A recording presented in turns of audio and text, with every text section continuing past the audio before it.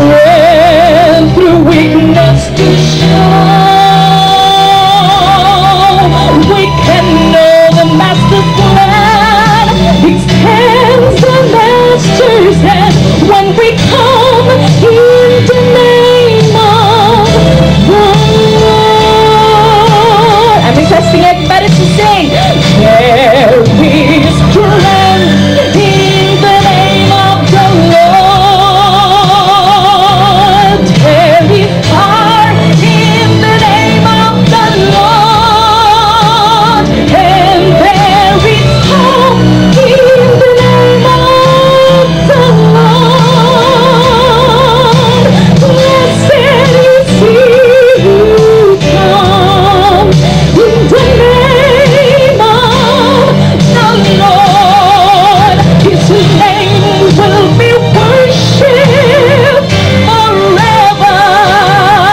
Creator, Redeemer, and King. There is strength in the name of the Lord.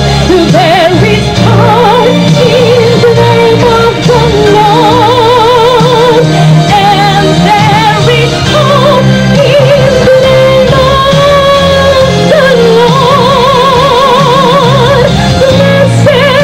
he who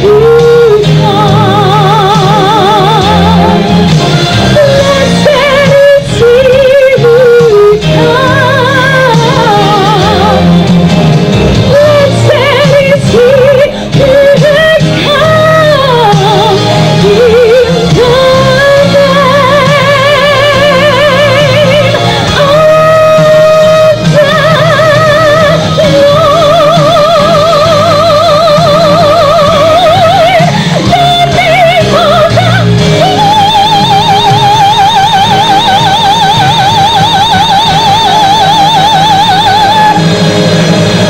Thank you very much for that kind introduction, Pastor Wilson.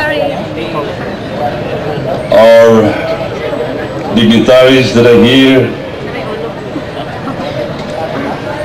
I just wish I had a chance to memorize all the names so that I won't miss anyone. But they are all, most of them coming from the General Conference and from the division and from the union. Even so thankful that has given me the opportunity to represent our church in many places, in high places. I thank our church, the Seventh-day Adventist.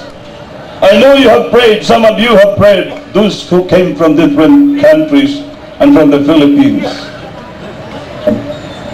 To be an ambassador of my country, I found it even much easier than to be an ambassador of Christ.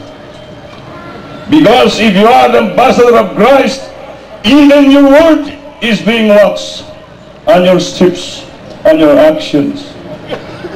Even in secret places, you are answerable to God.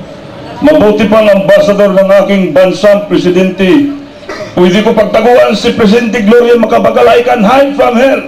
But the one who sent me to represent the church, I tell you friends, it's a challenge. And to all faculty and staff, please continue on, because you don't know that one of your students who are sitting in one of the classroom will be one of the leaders of this country and could speak in behalf of your church.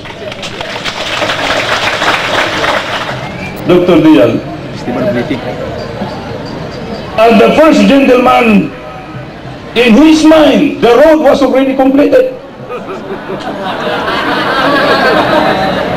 I mean, let me be honest with you. This is sometimes the mystery of bureaucracy. Later I understand that the senator was entrusted to finish the road construction. And that is why this morning when I boarded my aircraft, I called him. I said, Mr. Senator, how would I face these people because you assume the responsibility? You better go there, I told him.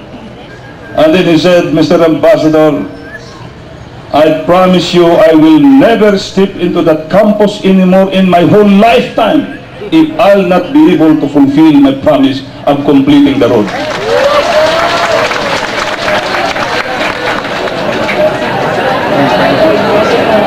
So mga kaigsuonan, I am going to tell him that the reaction was a mixture of anger and happiness. But there was more anger and later on happiness. I am going to tell him. In fact, after my speech today, I'm going to call him by phone. Subukan mo nga, saan na yung anak ko? Mabuti itong magkalaklasan ngayon. Tawagan mo yung telepono. Where's the... see? Kasi para malaman niya. But he promised, he committed to me that he will finish the road. Sabi ko, why don't you come? Opening, today is the opening of the session and he is the majority floor leader of the Senate. Nevertheless, he told me that he will do his best to work out so that when you come next time, you'll be able to enjoy the road. Otherwise, you have to come along with me on a helicopter. Okay ba sa inyo yan? Okay. Naku, gusto rin ha? Anyway, that was the commitment and I make sure that I will always make a follow-up on this. Now friends, let me wind up because I think this is not a time for long speeches. But I would like to show you here because I know this is my only part in this program, this beginning. So after this, I'm free. Congressman Abayon's term expired last year. The law started to be violated and they started to schedule the board examinations and examinations of so many disciplines on Saturday. Recently, so many nurses and parents are calling me. Imagine 12 o'clock, early morning, they're calling New Zealand, you know. When you call here at about 9 o'clock, it's already 1 o'clock in New Zealand. I was sleeping nicely. Please understand, I want also to sleep. But you know, nurses, parents, grandparents, they call me. And almost the whole night, ambassador, bakit ito naka-schedule, you know? We studied for 4 years, 5 years, and then only at the end, we cannot take the examination because it falls on Saturday.